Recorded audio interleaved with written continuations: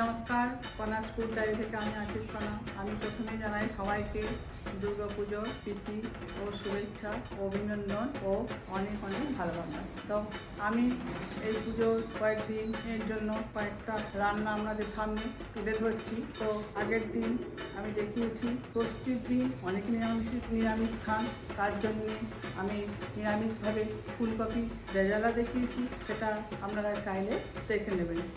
আর আজকে আমি দেখাবো সপ্তমীর জন্য আমি বড় কাতলা মাছ নিয়ে এসেছি। কাতলা মাছের দই কাতলা। তো আমরা বেশিরভাগ সময় কাতলা মাছের কালিয়া, কাতলা মাছের ঝোল করে থাকি। তো আজকে আমি খুব সহজ পদ্ধতিতে, বেশি ঝামেলার মধ্যে না গিয়ে কীভাবে সহজ পদ্ধতিতে দই কাতলা করা যায় সেটা আমি আপনাদের সামনে তুলে ধরছি। তো আপনারা দেখতে থাকুন আমি কীভাবে দই কাতলাটা করি।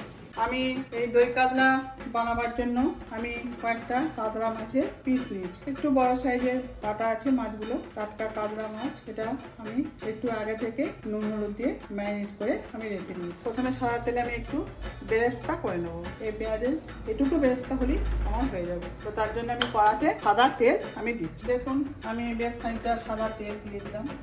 আর সাদা তেলটা তখন গরম হোক। আর আমি কিভাবে দই কাতলার মশলাটা করি, কি নিচ্ছি সেটা আপনাদের সামনে দেখে দিচ্ছি। আমি প্রথমে নিয়ে নিচ্ছি দুটো মিডিয়াম সাইজের পেঁয়াজ, আমি মিক্সি জারের মধ্যে দিয়ে দিলাম।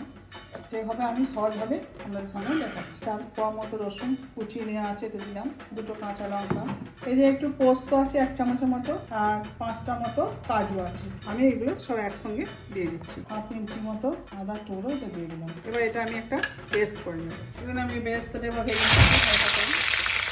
অল্প বেরেস্তা লাগবে, খুব বেশি লাগবে না। বেরেস্তাটা দিলে কি হয়, একটু টেস্টটা চেঞ্জ হয়ে। তো সবসময় মাছের কালিয়া, মাছের ঝাল, মাছের ঝোল করা হয় রেগুলার। ওই জন্য আমি একটু ভাবলাম যে আপনাদের সামনে দই মাছ করে দেখাই। দেখুন বেরেস্তাটা হয়ে গেছে, বেরেস্তা আমি করে নেব। দেখুন আমি এবার এই মাছগুলো হালকা করে ভেজে নেব।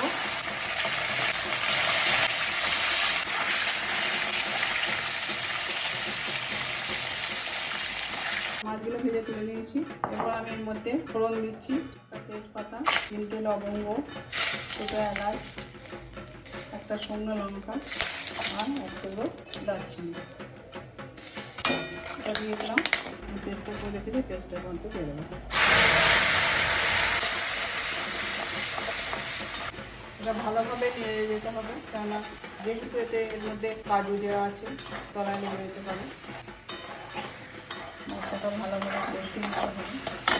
অল্প 1/2 চামচের মতো ধনে গুঁড়ো, 1/2 চামচের মতো জিরে গুঁড়ো। আর যেহেতু দই কাতলা আমি বেশি হলুদ দেবো না, জাস্ট একটু দিলাম। আর দেবো পরিমাণ মতো নুন। যেহেতু দই দেবে তো অল্প চিনি লাগবে, একটু চিনি দিয়ে দিলাম। একটু মশলা থেকে ভালোভাবে ভেজে নেব।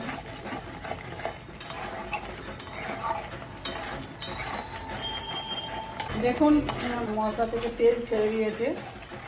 আমি এখন 1 টেবিল চামচের মতো দই আছে, দইটা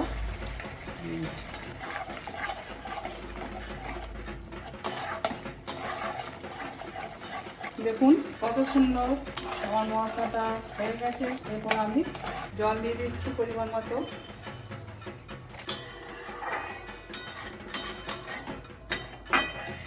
এবার একটু চাপা দিয়ে দেবো। এটা গ্রেভিটা প্রায় অনেকটা ঘন হয়ে এসছে। এরপর আমি এর মধ্যে একে মাছগুলো দিয়ে দেবো। 5-7 মিনিটের মধ্যে একটু চাপা দিয়ে রাখবো। এই মাছের রেসিপি আমি খুব সহজ পদ্ধতিতে দেখালাম। এই রেসিপিটা, এটা কাজু, তারপর আপনার পোস্ত, এটা আলাদা করে বেটে নেওয়া যায়, কিন্তু আমি খুব সহজভাবে, খুব তাড়াতাড়ির মধ্যে হয়ে যায়, সেরকমভাবে আপনাদের সাথে আমি শেয়ার করলাম। তো আপনারা দেখুন, একদিন অবশ্যই বাড়িতে পুজোর সময় করে দেখবেন, ভালো লাগবে। তো হয়ে গেছে মাছটা। উপর থেকে 3টে কাঁচা লঙ্কা আছে, ছিঁড়ে রেখে দিয়েছি, এটা দিয়ে দিলাম। একটু ধনে পাতা, আমি যে বেরেস্তাটা করে রেখেছিলাম এটা আমি এখন দিয়ে দেবো। কাতলা আমার রেডি হয়ে গেছে। আমি এবার আস্তে আস্তে তুলে নিচ্ছি। বাড়িতে আপনারা এরকম পদ্ধতিতে একবার করে দেখবেন। আশা করছি আপনাদের ভালো লাগবে। দই কাতলা রেসিপি আপনাদের এই রান্নাটা কেমন লাগলো সবাই কমেন্ট করে জানাবেন। আর যদি এই ভিডিওতে ভালো লাগে সবাই লাইক শেয়ার সাবস্ক্রাইব করে দেবেন। আর আমি আবারও জানাই সবাইকে দুর্গাপুজো প্রীতি ও শুভেচ্ছা। আর এই পুজোর সময় সবাই ভালো থাকবেন, সুস্থ থাকবেন, সাবধানে থাকবেন। আর এতক্ষণ আমার পাশে থাকার জন্য সবাইকে ধন্যবাদ। নমস্কার।